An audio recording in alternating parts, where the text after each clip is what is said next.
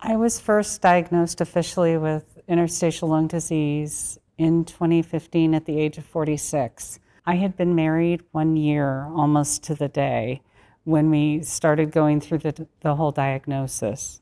I learned a lot about who I was and who my husband was. And my first thought was, I didn't sign up for this. And then I'm like, he didn't sign up for this. But he's been my rock, and it made me stronger, maybe not physically, but emotionally.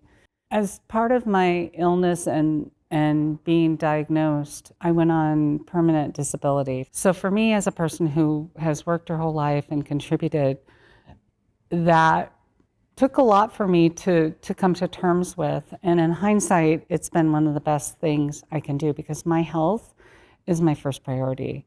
And it's my new job, so to speak. And some of those things that where I can take care of my health, it empowers me. It gives me a little bit of control over my disease. And that's something that as a patient, sometimes people feel powerless. With my friends, when they see the amount of oxygen tanks, they're there on delivery day, or how much I have to bring when we pack to go to a trip, I think it's a visual representation of how sick you are. Because they just see me, Theresa, but when you see the visual representation and how much those things weigh, and if they try to carry it or something like that, that sort of brings it reality. Because most of the time they're just like, oh, hey, it's Theresa.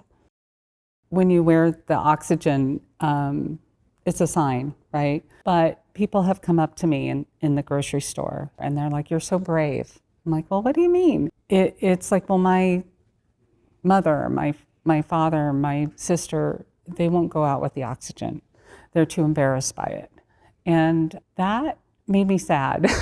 I'm like, you tell your mother or sister, whoever, to call me. Here's my number, because you need to get out. You need to do the pulmonary rehab. You need to move and live your life the best you can, no matter how much time you have left. I actually help facilitate a group, and we just talk. And it's about living our best life with the lung disease. It really is that personal connection, and hopefully taking that stigma away from the oxygen wearing, because I did not smoke. I did not do anything that caused this disease to me.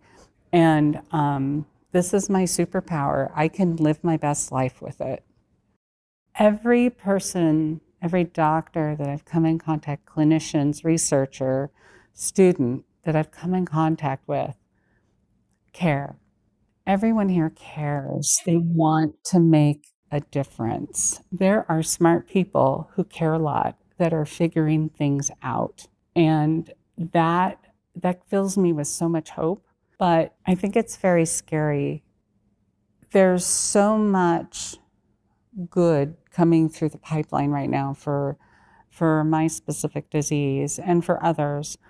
And interruption to that funding affects lives. I have a friend that out of nowhere, she had an exacerbation, and we lost her. And it's like that shouldn't have happened. And there's a lot of people that rely on the funding and need that to continue their work, to keep the information coming and share the information like they've been talking about in so many of these meetings. It matters.